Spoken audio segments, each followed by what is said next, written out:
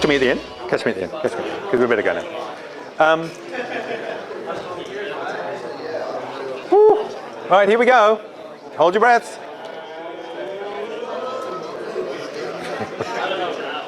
I don't know what that was either. Okay. A lot of the stuff we're talking about in the course was a design process. The actual process we go through to design something, the process we go through to write code or to come up with a computing design even. It's really important, and hopefully we made this point, that you design for change. You don't come up with a design which is going to work if nothing changes and you understand it completely, so you don't even have to change the spec.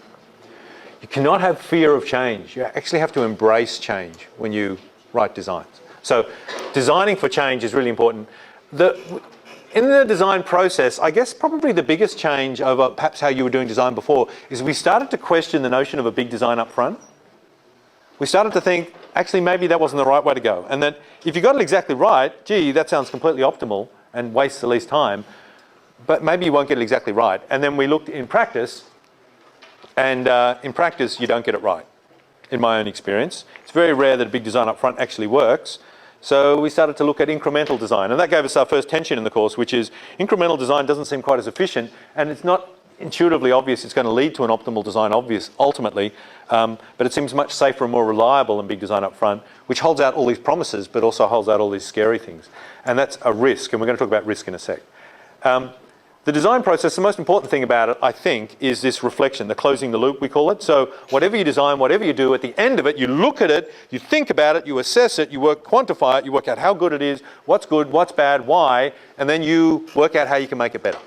It's called closing the loop. It's really important in engineering, but it's really important in any design.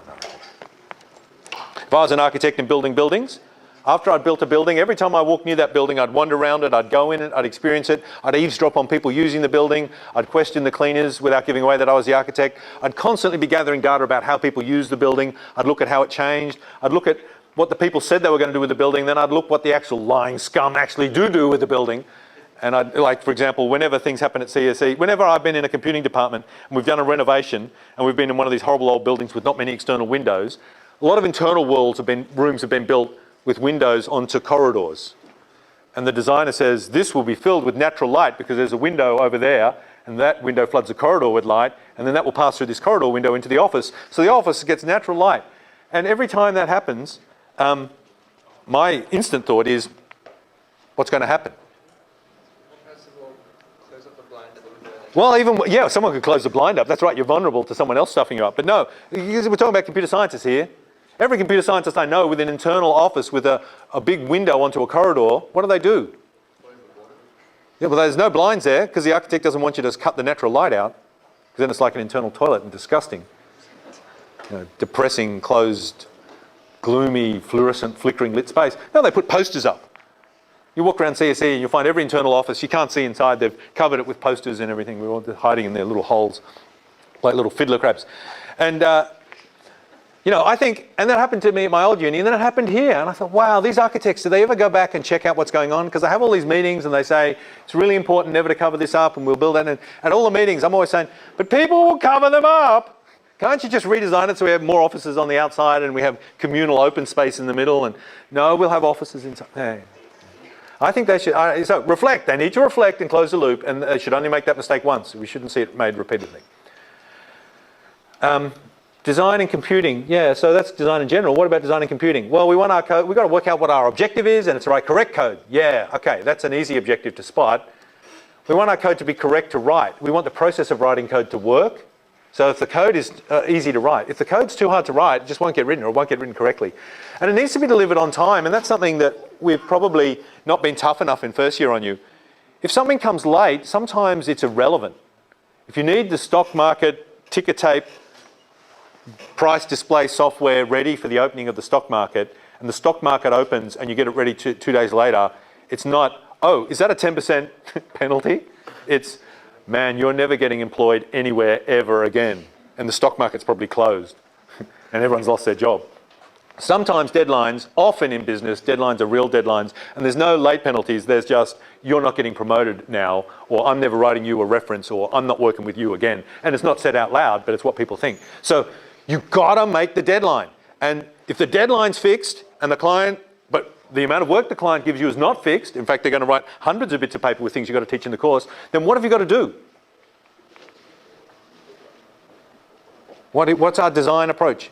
Forget about something. Forget about some stuff. Do the most important thing first, then do the next most important, or the biggest bang for the buck. Maybe the most important thing still can't be done, but look at how much time you've got, how much time it'll take to do something, and how many bangs it gives you, how many bucks it costs, and how many bangs it gives you, and do the biggest bang for the buck thing first.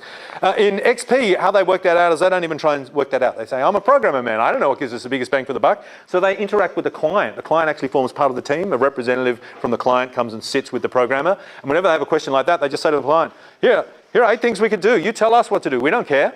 The client says, oh, obviously that one. Can't you tell? Do that. If you do nothing else, do that. And you go, okay, we'll do that, man. That's the way to do it.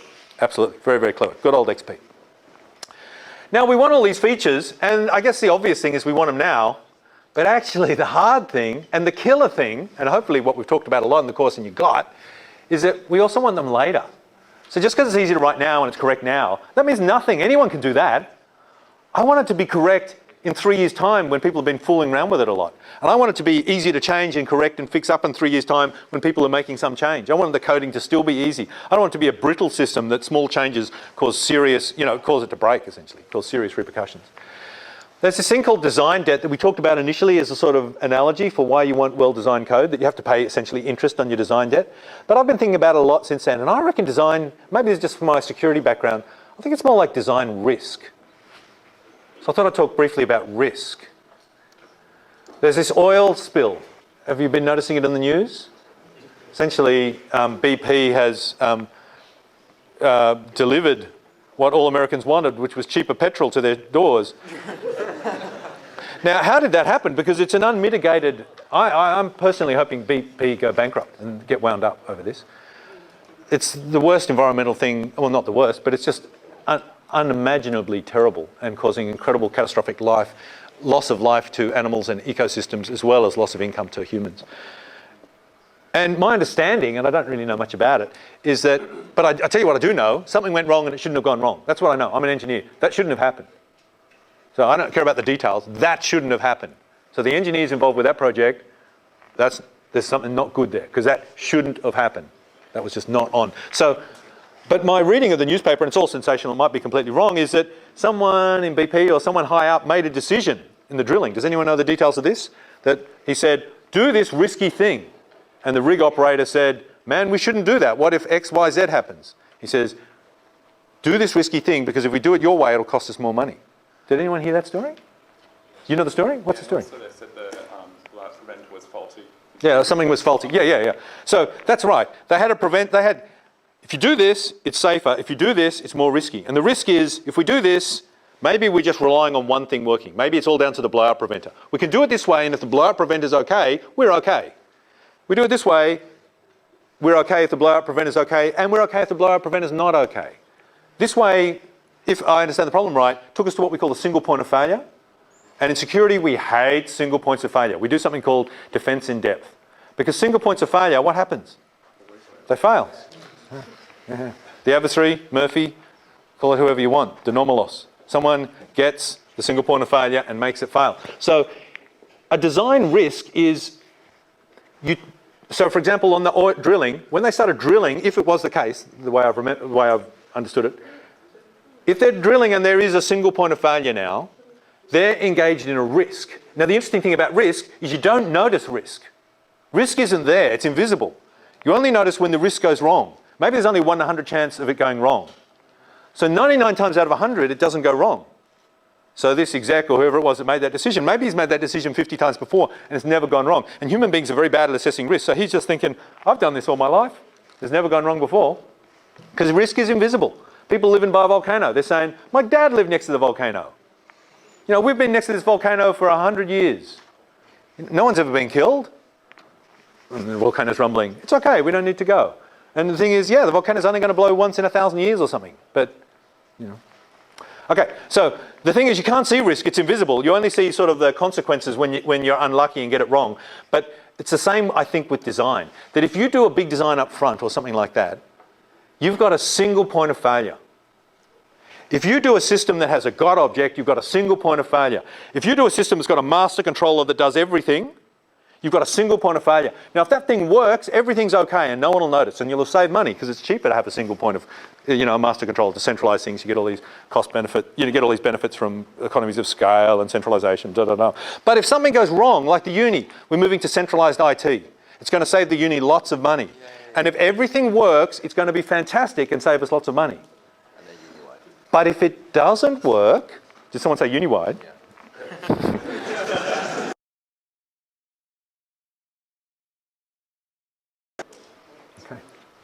It's a risk. So design things, I think, are sort of risks. You could design it this way or that way, but picking the big design up front, picking the centralized system rather than the decentralized system, having the dictatorship, you might have a benevolent dictatorship. It seems to me that's the best form of government. You've got some wise, benevolent, dad-like dictator that just tells everyone what to do. He's like Paul, our head of school, and he's really wise and does everything for everyone's interests, and he makes all the right decisions. And you don't have voting and idiots voting and all this dumb stuff happening, and everything works out best and everything's central. It's fantastic. Okay, but it's a single point of failure. So what if your benevolent dictator turns out to be not so benevolent? Or what if his kids don't turn out to be so benevolent? Or something like that, and it passes to someone else. So all these systems are risky, and you don't see it if the risk doesn't pay off. So if you manage to do a big design upfront system and you manage to pull it off, you don't even notice the terrible risk you were going through because you pulled it off. But the risk is that next time you try it, it might not work. And then you'll have nothing, rather than the XP people who'll have a system that delivers 95% functionality. Yeah. You'll have a system that delivers 0% functionality. Billy the Kid. Oh yeah, I got this story about Billy the Kid. This is going to be super fast. I think we have no more time for examples after this story. But I've got to tell you the Billy the Kid story.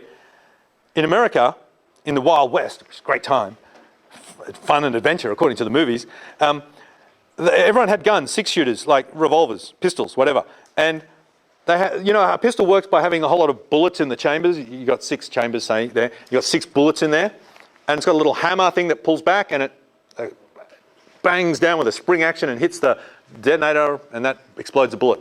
Percussive force sets a bullet off. Now, you don't want to, what's the risk here? You shoot yourself in the foot. That's our big risk. Let's be honest about it. We don't want to kill ourselves or hurt our foot. And in fact, it happened all the time in the West. It was a common thing. So the standard American Wild West cowboy gunslinger hero practice was you only put 5 bullets in your revolver, and you leave the 6th one empty. And then you revolve the revolver around so the hammer is resting on the empty one. And now if you drop the gun and another hammer, essentially the ground, hits the hammer, the hammer bangs the bullet head that it's resting on. It's not resting on anything, so it doesn't go off. Or if someone bumps you or something goes wrong, do you understand? A sudden shock to the gun won't cause it to fire because the hammer's not resting on a live round. And Billy the Kid was wanted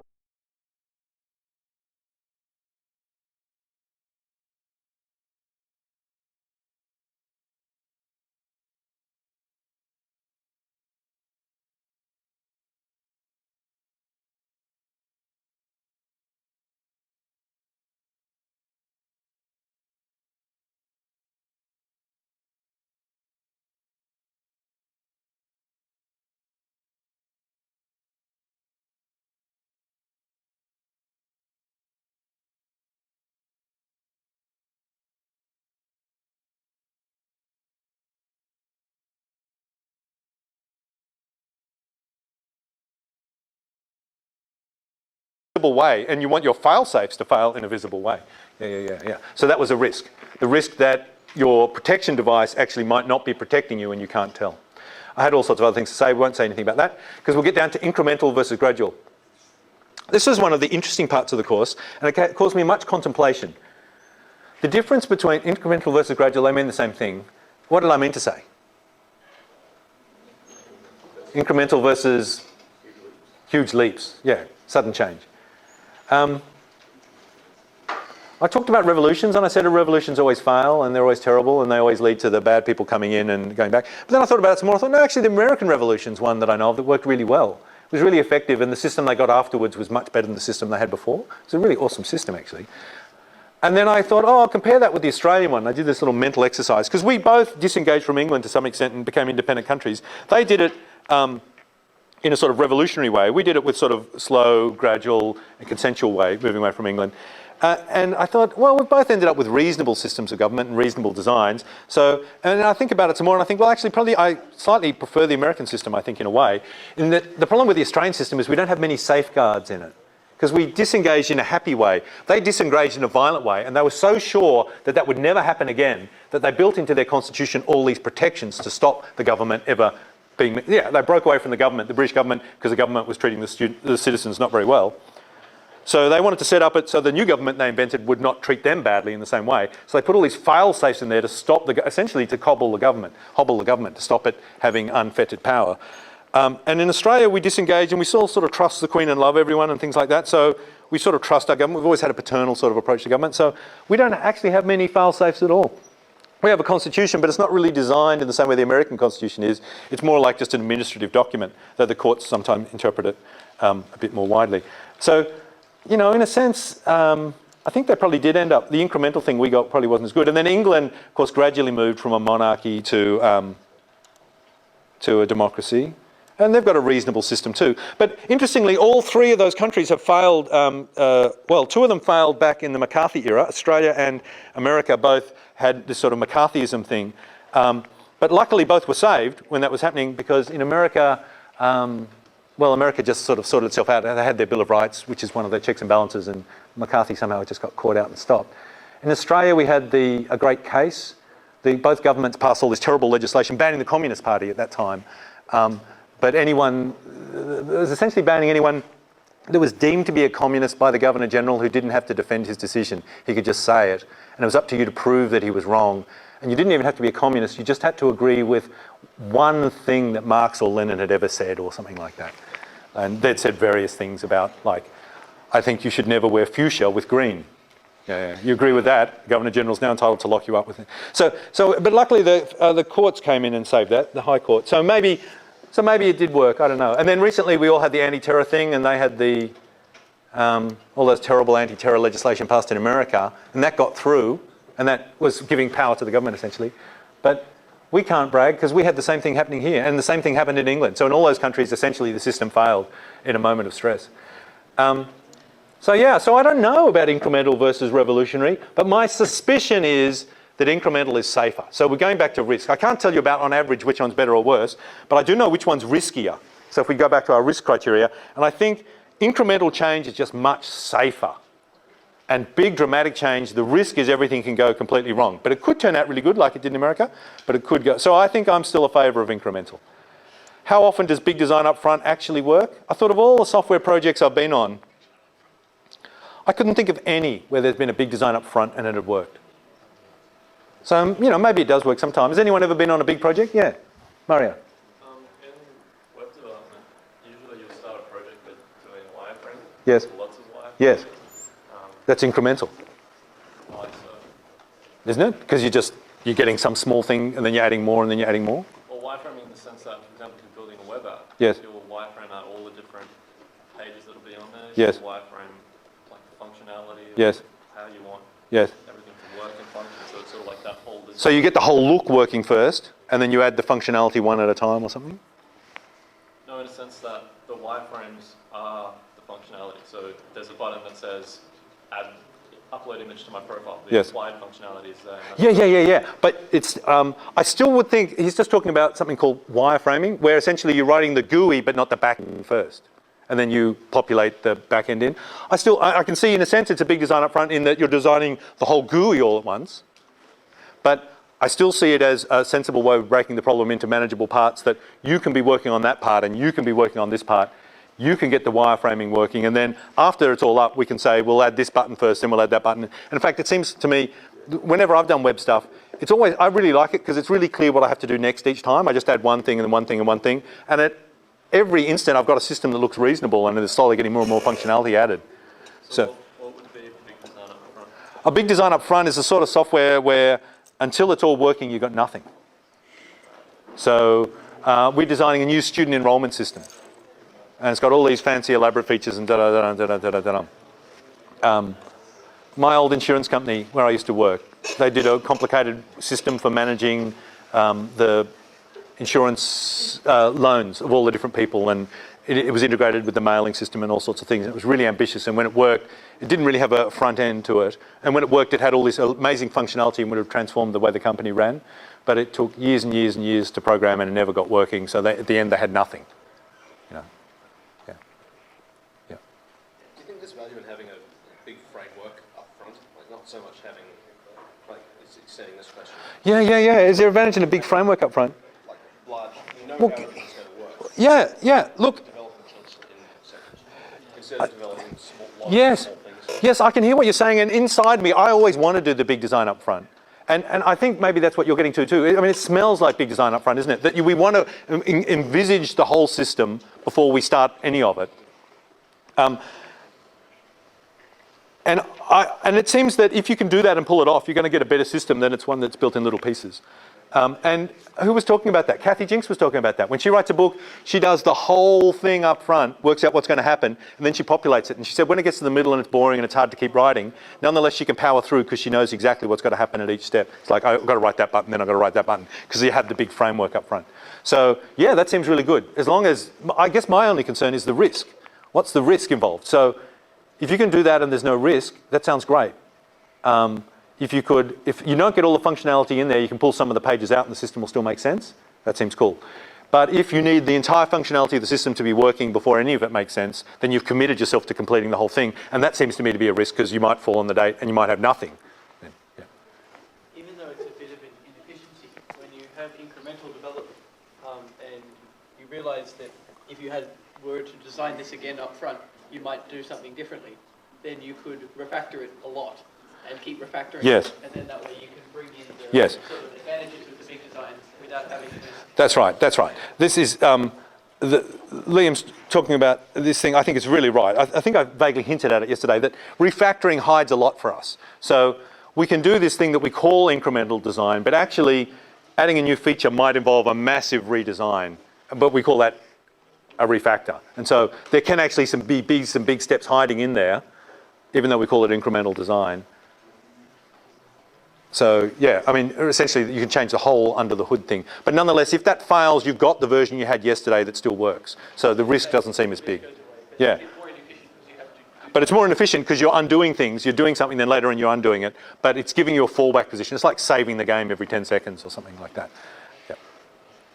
So yeah, look, it's not clear to me. I'm not trying to argue in favour of one or the other. To me, this is a real dilemma. In life, is it better? So many things suggest that a big design up front is the best way of doing things, and it's certainly what I want to do, but I can just see the risks of it not working and my practical experience with how many times it doesn't work. You know, every single time we've had a spot system for an assignment, every single time, I don't think there's ever been a time when it's been working with the functionality we wanted at the time you needed it first. So I don't think I've ever had, Rupert. High school kids start using the spot system next week. Is it ready to go? We'll find out next week. Oh, no, we should know already. Oh, God. So yeah, just my experience is it doesn't work. But you know, if it did, I'm not saying, I don't know the answer. This is your dilemma now as designers going out there. You know, maybe XP won't last forever. Maybe Agile won't last forever. Maybe people work out a way, maybe you'll work out a way of doing a big design up front that works. Cool. Yep, okay, we don't have to talk about that. QQQ, hang on, yeah. Q code. No, this is qualitative, quantitative, qualitative. This notion that you can have things that are better than what you can measure, but the problem is you can have things that are worse than what you can measure. And I sort of talked about it before. You're a recording artist for a record company. You've got a contract, and the contract just says you'll give us some songs. You've got a lot of freedom under that contract. You could give them the most awesome songs ever, or you could give them crap, and there's nothing under the contract that can tell the difference. And if you had real bean counters in the record company, they might start to tie your contract down with measurable things, saying the album must be at least this long, it must be at least this catchy, it must not refer to this topic or that topic, and they can start pinning it down, and they're now knocking, it mustn't have swearing in it. They're starting to knock out a whole lot of things that could make it go really bad. But the problem is, at the same time, they could be knocking out a whole lot of things that are really good. So this is a dilemma we've got. If we go for quantitative and measurable things, it knocks out bad things and gives us certainty, but it also loses the beauty. We made fun of Kelvin and measurement. I wanted to show you the fiddler crab.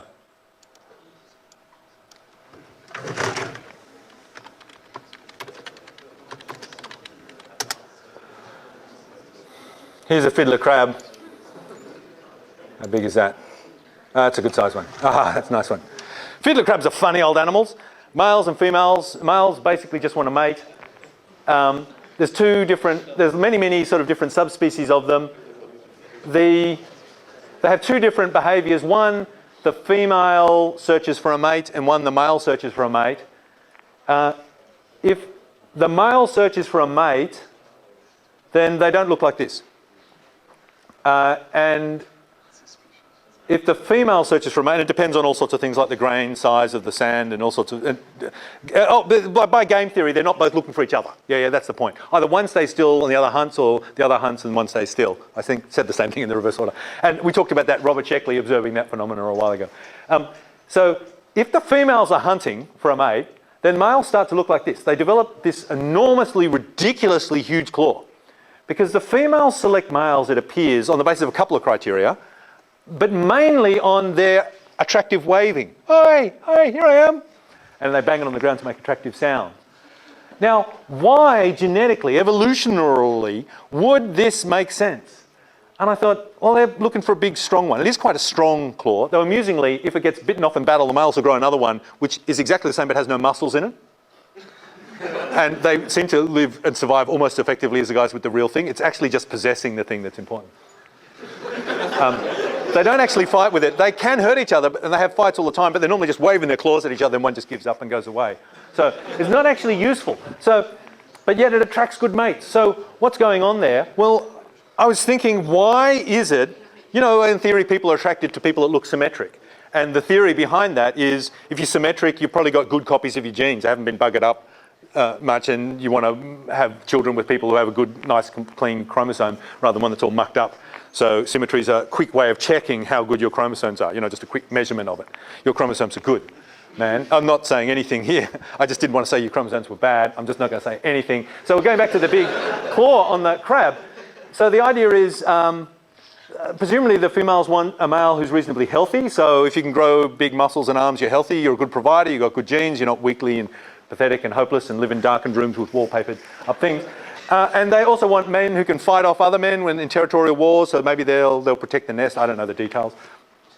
Yeah, because actually if the females are hunting, they mate in the male's burrow. So maybe the seeds are laid in the male's burrow. Who knows? Anyway, so in other words, the females want something.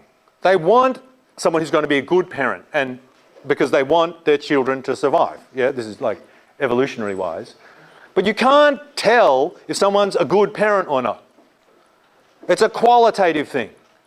The best you can do is come up with a way of measuring it which measures a proxy for it. So they say, we'll summarise all that in the claw size. They discovered early on, if they've got a pathetic little claw, I don't want to go with them. And if they've got a great big claw and they look big, then they'll be a good parent. So then what did the males start to do instantly? What did they do? They started to grow huge claws. Now, the claws are just for the sake of the claws. It doesn't actually improve any of the reasons. It doesn't actually correlate now to the reasons why they were hunting for them initially. It doesn't necessarily, the bigger claw now doesn't necessarily correlate. Yeah, it's just a thing. Though I guess you've got must have a lot of food to be able to grow a big claw or something, so you've got to be able to gather food. But somehow, this always happens. If someone starts to measure something and rewards are handed out based on the measure, then people start going to the measure. My boss was telling me about an interesting video that's out about motivation, and if you pay people to do creative work, the more you pay them, actually the less creative work they do. Which is crazy. I should put a link up to the video, it's very, very funny. So the idea is, or at schools, if we start saying we want our schools to be good schools, we can't measure that. Okay, we want the students to be able to do well in this maths test called NAPLAN. And that'll measure if it's a good school or not in a sort of proxy way, roundabout, in that if they're terrible, they won't do well in NAPLAN. Now, all the schools focus on teaching NAPLAN, hypothetically. Now they're terrible schools because the students aren't learning anything useful at all, just how to do this one particular test. The children are all growing enormous big arms. Can you see that? So this is a problem with if we've got a measure. The danger with measuring something is that people might now try and optimize the measure rather than the thing that the measure is a proxy for. Yeah, Cameron. First thing is the Wally effect from Duelbet, where yes. The character Wally was inspired by a company which had a policy that the worst 10% of employees qualitatively would get very, very generous payouts yes. and be asked to leave the company. So lo and behold, everyone was trying to be the worst employee possible, trying to fight for this pay. That's right. That's right. They had a measure which was, if you're really bad, we should get rid of you, and we'll incentivize being bad essentially. And now people are faking being bad so they can go, and that's actually bad for the company. Yes. I talked about the fiddler crab, bubbler sorting pencils. Let's go back to, I hope you're skeptical, by the way. Did you notice I put that up before, but actually I put it up for another reason than the reason I was telling you. I wanted you to notice that this was crap. Something about this is crap. How can you sort pencils by colour? Sorting implies a linear order. Here are the colours. All right, I've got a pencil here, and a pencil here, and a pencil here. How are you going to put them into a total order? You could spiral out from the middle, I guess, but then two almost identical shades adjacent to each other are a long spiral away from each other, like in Riverworld. Yeah. Manhattan distance from the origin? No, how does that work? Well, you can compute a number for each of the colours, right? They'll all have Yeah, but then you've got a whole ring of colours that are the same. No. But he's sorting his pencils. He doesn't want to sort them into an arbitrary order. He's sorting them into some order that makes sense. So, look, I'll just apply common sense here. Oh, these lights don't work. I should apply common sense here. I'd like you to examine this closely. Oh, man. There's so many buttons to push. The fail safes. Ah! Oh. Where's everyone gone? Yeah. All right, you've got a colour here. It's this distance from the centre. Yeah, it is too bright. How's that?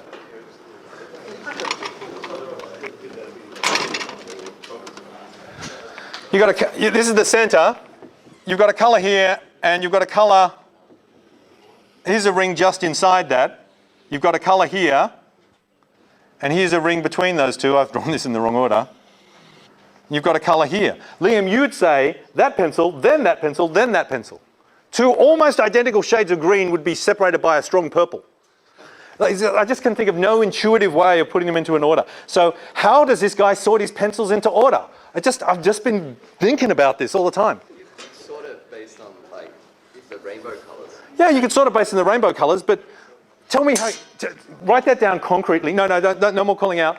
Concretely tell me how, if I give you an RGB value, how you'll give it a number. And then I'll pick some numbers that come up with a ridiculous sorting. I just don't think you can do it.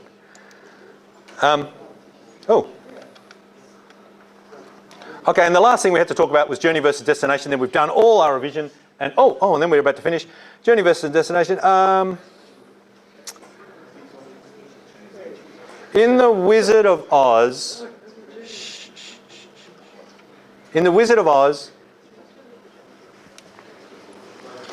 what's that? Is the light mucking things up? What's that? What? Who said what? What? You shouldn't do that. Guys, come on, think of the risks.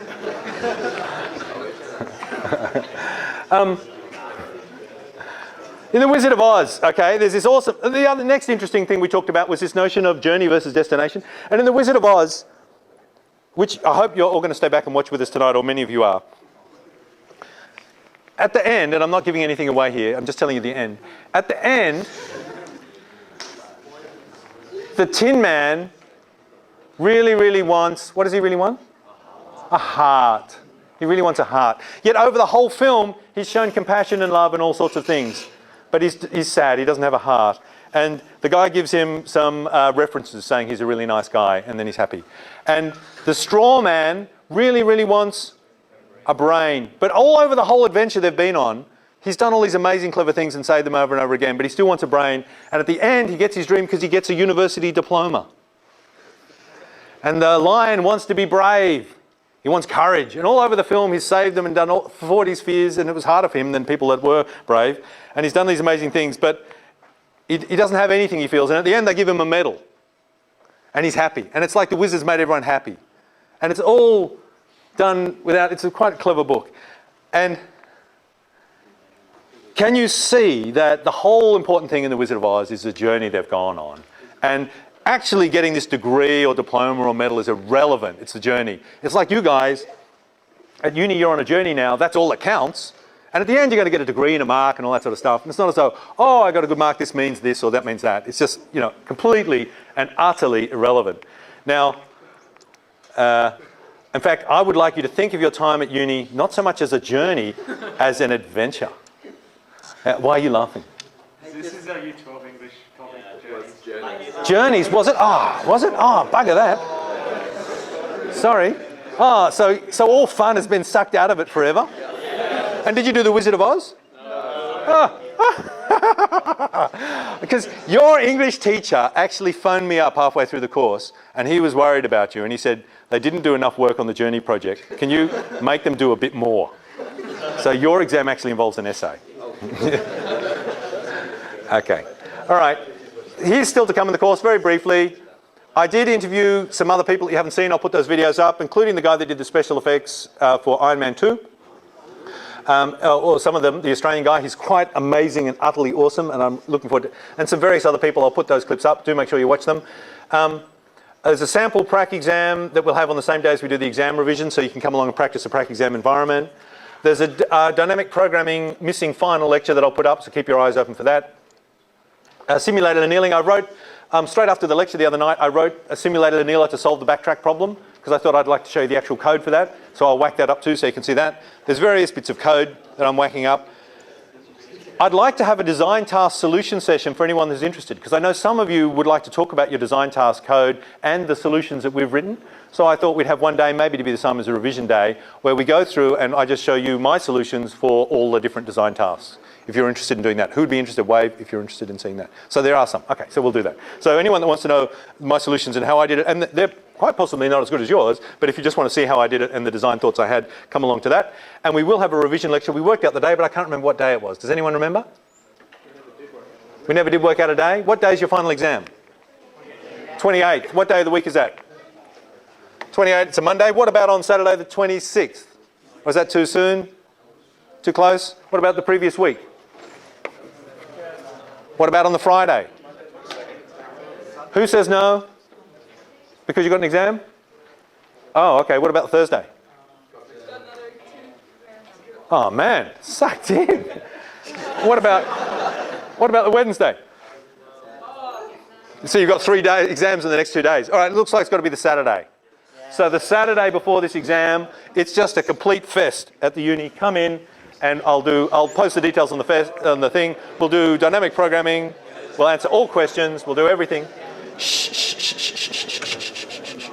Let's just talk about the exam. It starts at 9:30 and goes till 12:30. Then it starts at 1:30 and goes to 2:30. If you haven't finished by 2:30, I'll hang back. Don't worry about that. And I'm prepared to hang back for a couple of hours. That's the prac exam. That's the theory exam, and the 1:30 to 2:30 is the prac exam.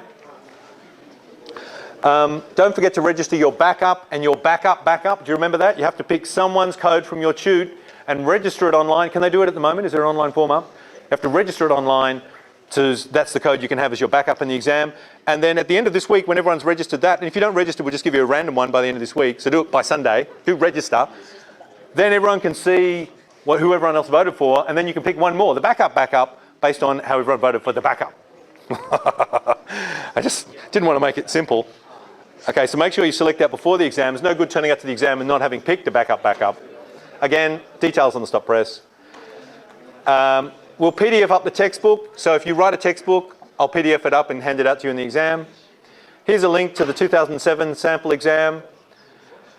I'll talk a bit about theory exam now. It'll only take a few seconds. There'll be 3 parts of roughly equal value. 1/3 of it will be on Java coding and style, and that's just simple Java programming stuff. This exam, the sample exam from 2007, is a good exam for that. 1/3 of it will be on OO design and design pattern stuff. The previous exam doesn't test that very well, so I'll put up some sample questions so you know what that looks like. And 1/3 of it will be on algorithm design, and the previous exam actually tests that okay up there. Previous exam's actually pretty easy. Maybe we'll have a really easy exam like that. Feedback for the course. I'd like to get some quick feedback from you guys, and then I'll give you a final piece of advice and then we're done. The feedback is this. There is an online feedback thing, but no one ever seems to fill that in. Do fill it in. I don't want to stop you filling it in. But in addition to that, oh, thank you. Could everyone please just fill in one of these old-fashioned paper ones that they don't make anymore, but I found some in the storeroom and photocopied them. If everyone could just take a pink and a white and just quickly fill in, oh, sorry, do them simultaneously. Thank you.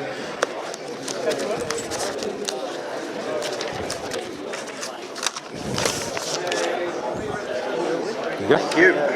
Oh, and pass some back as well. There's some people behind you as well. Going to pass some along there? Oh, so there's a white one and a pink one. White and a pink. What's that? When are we doing the filming? In about 10 minutes? Could you pass them? Thanks, Ken. And that as long as well. Is there anyone that doesn't have them?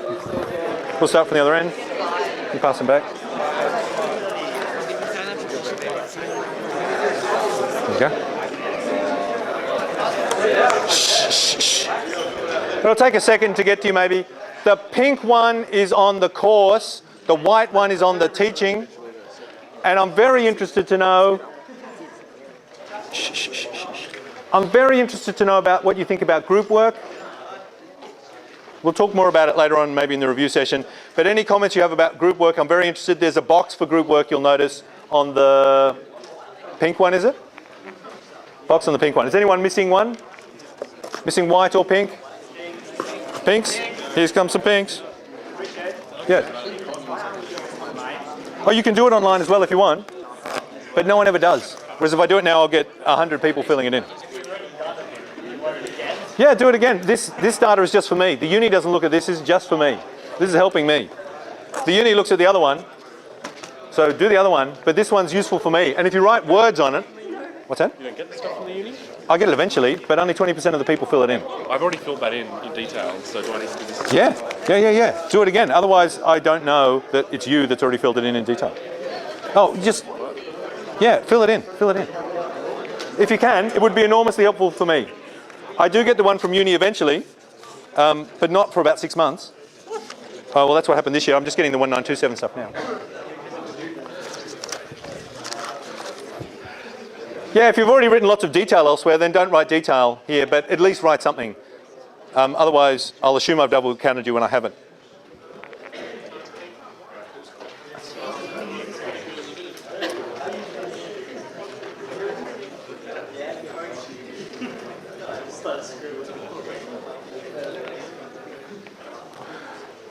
Just do it super fast.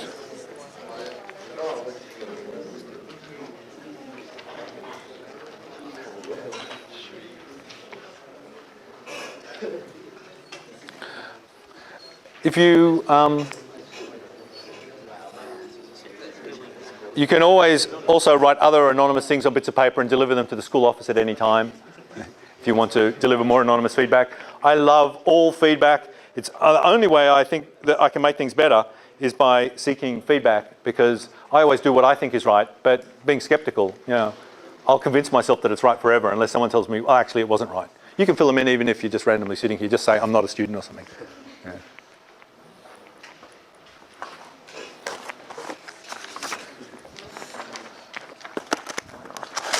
Yeah, more information's only good.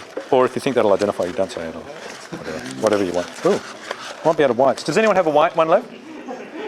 Any blank whites? Yeah. Oh, thank you.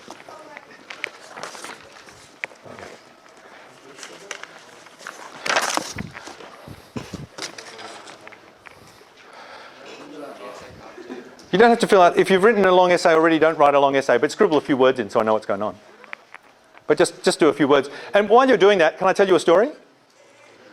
Oh no, it's too hard? Can I rub my tummy and pat my head?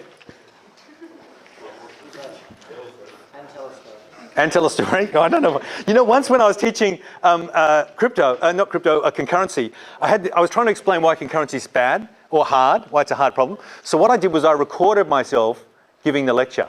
Oh, thank you. Oh yeah, just move them to the center and drop them on the aisle. I recorded myself giving a lecture. Then I had an audio recording of me talking on the phone. Then I wrote a program that typed letters at roughly typing speed. And then I did one other thing. And then I stood at the rostrum and I started it all going without people knowing. And it looked like I was typing, but actually the program was typing. It was typing something quite sensible. And I was talking to them about something else at the same time. No, that's right. And I had the phone up to my ear and I was talking out loud because it was my mum. I was pretending I was ringing my mum for some reason from the lecture theatre. So I was talking and having a sensible conversation with my mum. I was seen to be typing sensible things at the same time, and something else I was doing, I can't remember. And it was amazing. I mean, everyone just could see there was no way I could possibly be doing those things, because human beings just can't do 3 things at once.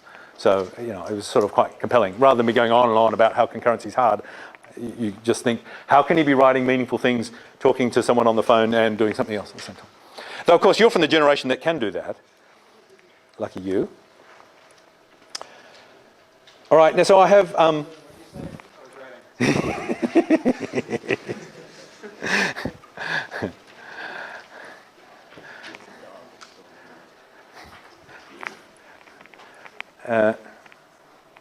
see, I'm a loose end here. Does anyone want me to fill in feedback on them?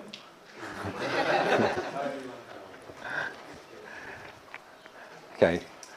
Be as ruthless and mean as you want, but helpful suggestions are always best to mix in there as well, because then I know how to fix things up that you hate, or not. Oh, yep. Is this filled in or an empty? No, this is an empty. An empty I can look at. Write feedback on me. Oh, I can write feedback on you. Okay. All righty. What do you guys reckon? Did he do a good job with the unit testing?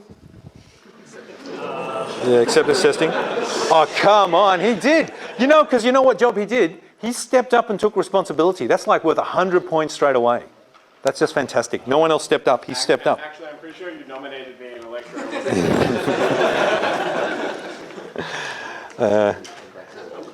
Man, you're doing well.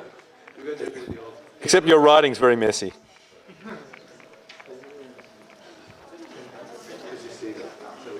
That reminds me of a Hilbert cut Yes. where boss says, please take the time to fill in this completely anonymous survey.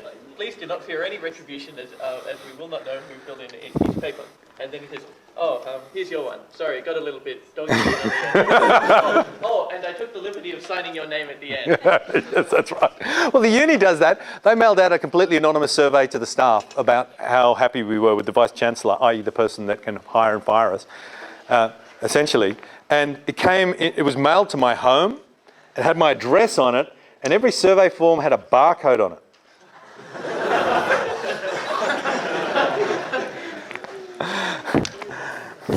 Okay, I've got 3 stories for you. Here they are, super fast, then we're done. And by the way, it's been such a complete pleasure. Thank you very much for being with us for so long and us all being together. I've really enjoyed it. I don't think I enjoy courses so much as when I teach the same people a couple of times in a row. I've only done it twice. This is the second time I've done it, and I enjoy it enormously. So thank you for bearing with me. Those that failed and hated it completely, I guess you're not here now. So I'm really sorry, because you had to put up with something you hated twice in a row. But those that benefited from it, that worked out well for us all. So I have 3 stories. One is just about, I just want you to keep learning, never stop learning. Yeah, life's all about learning. Don't just do it in the courses, do it everywhere, constantly thinking, analysing, thinking. And I have a quote from Gandhi, who's awesome. And the quote goes, though I've met some people recently that don't think he's awesome. So maybe I'm missing something. Maybe I've been biased by the film. Or maybe it's just different countries have different points of view around there. But from what I know of Gandhi, he seems completely awesome. And his phrase was something like, you should live as though you were going to die tomorrow, and you should learn as though you were going to live forever. I thought, oh yes, that's right. So dying tomorrow means you really focus on what's important, and living forever means you put in the hard, long yards because you just want to learn everything. Please never do your homework without wearing headphones. It's just an important OH&S thing. But the last thing is, I wanted to tell you a story. And this is a story I wanted to tell you last course too, but then I thought I'd save it for this course. And it goes like this. I heard this story when I was a little kid, and it really struck me at the time. It's about this boy and this girl who are young, and they live in the country, and they live in a cottage somewhere, and they go exploring, and they go into the forest that their mother said never go into the forest. And they search and they find a clearing, and in the middle of the clearing is a magic looking house, a little hut, and they go in and there's this wise old, well, strange, scary looking gypsy-like crazy woman there. And she says, they say things to her, and eventually she says, they do something nice to her, and she says, here's your reward for doing something nice to me. You can have this. And she hands them a ball of string. And they say, thank you. And she says, no, this is your life, this string. And they don't know what you mean. So they're walking home, holding the ball string, thinking she is a bit of a nutter. And they're walking home, and then they're looking at it, and there's a little bit of string dangling off the ball, and the boy gives a little tug, and suddenly they're at home. And it's quite an unpleasant walk all the way home from the forest, and they go, woohoo! We didn't have to do that walk. Wow, this is crazy. Let's think about this. So they go down and they're having dinner. And their mum's saying, you have to eat your pumpkin. And they're saying, we hate our pumpkin. She says, eat it now. And the boy goes, I've got an idea. And he goes, pulls the tiny little bit. Oh, the mum's going, good, well done. Congratulations. That's really good. And they go to bed and they wake up the next day. And every time something a little bit unpleasant pops up over the next few days, they just skip over it. And it was fantastic. And then they went to school. And school was all right, but then they got to a period they really hated, which was English, when they had to study the bloody journey thing again. And they completely hated that. So they skipped 40 minutes, whoa, to the end of the lesson. And that was quite fun. And then they just decided they would go through, though they quite liked English, there was another subject they hated, which was physics, music, or art. They all sound like awesome subjects. Oh, wait. What is the subject they don't want? Yeah, subject they don't want. They go to a religious school. They go to a religious school. No. There's some subject they don't like. Yeah, there's some STD. So they go, zip, and every time they have a lesson with that subject, they skip over it. And then they go home, and they're just so happy because everything's awesome. And every time they have to do chores, they skip over the chores, and they're just having all the play stuff. And they have this awesome weekend, and it's completely fun. And at the end of the weekend, the boy says, this is the best. We're having the best life ever. I can't wait till next weekend. You know, it's a pity we have to go through school for the coming week. And the girl says, are you thinking what I'm thinking? And they go, zip, and it's the next weekend. And he goes, woohoo! And now they're just living weekends. They're just skipping over weekend to weekend. It's just one long perpetual holiday. It's absolutely fantastic. And then the girl really wants something for her birthday. She wants a pony, and she's going to get it on her birthday, but it's not for 2 months. She can't wait. So zip to there, and zip. And now grade 4 is really unpleasant or something, so zip to grade 5, and then into uni, and then a couple of assignments due, or that's scary, or late nighters, zip, skip past all them. And then it's into work, and they're working. And there's that horrible, awkward dating stuff where you meet someone and you have to find out, zip to the marriage. We're married, we're happy, got past all that. And then there's troubles at work, so zip through work till you get home from work, and then zip, and then zip to the next big holiday, and the kids are born and there's no sleeping, so we'll zip over that. And before they knew it, within a week or two, they were both about 90. And they're just all really old, and they're thinking, whoops, there's just this big pile of string on the floor. And they're 90. And they've it's just 2 weeks ago, they went to this old lady, and they said, oh, I think we make a mistake. So they gathered all the string up into a ball and very carefully walked back, and most of the forest is gone now, it's just high-rise apartments, but in the middle there's a little bush, and they climb inside the bush, and there inside the bush somehow is this little house, and they go up and knock on the door, and the old lady's there, and she looks exactly the same. She says, oh dear, I see. Sit down, dearies, I'll look after it. And she goes in, and then there's this thing, and then they say, whoa, and they're young again, and she comes back, and she's got the ball of string again. She says, I've rewound it for you, don't worry about that. And she says, now would you like to take it again? They said, no.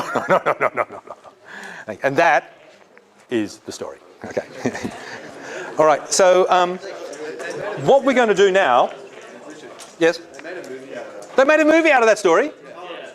Oh, what's it called? Is it? It's got Adam Sandler in it. Oh no, Adam Sandler hit my beautiful story. Oh, and Christopher, I like Christopher. Oh, that's so sad. So what happens? Is it stuffed? Same thing. But is it good? So you'd heard it before. Had everyone seen Click before already? Oh, I'm so sorry, guys. Oh, I should have told you last semester. I thought I'd save it up to this semester because we're doing journeys. Okay. What we're going to do now, if everyone's happy, is we're going to set up the cameras down the front, and anyone that's interested in doing it, who's interested in doing it? Do you understand what we have to do, what we're about to do? It's a quick summary, only if you're interested. We're going to film the people in the course, leaving the course, essentially, and this will be shown at the end of the last video. If you want your name to be included, it can be, or if not, you don't, and you can make that decision later on. Don't have to worry about it now. But our plan is, as we see shots of everyone's head at some point in the 5 minutes or so, we'll just have a little arrow darting down saying, Theo. And, Wing. So it'll pop down and say Wing when Wing's faces appear, and then that'll be it. It won't say your surname or anything like that. So if you want to do it, we're just going to do it to the same style as the Buckaroo Bonsai film clip ending thing. So what we're going to do is, we're going to do it in 3 parts. The first part is just filing out of the lecture theatre, which involves the 2 camera guys, one going into the toilet and one standing out there. Do you want to just go and do that now?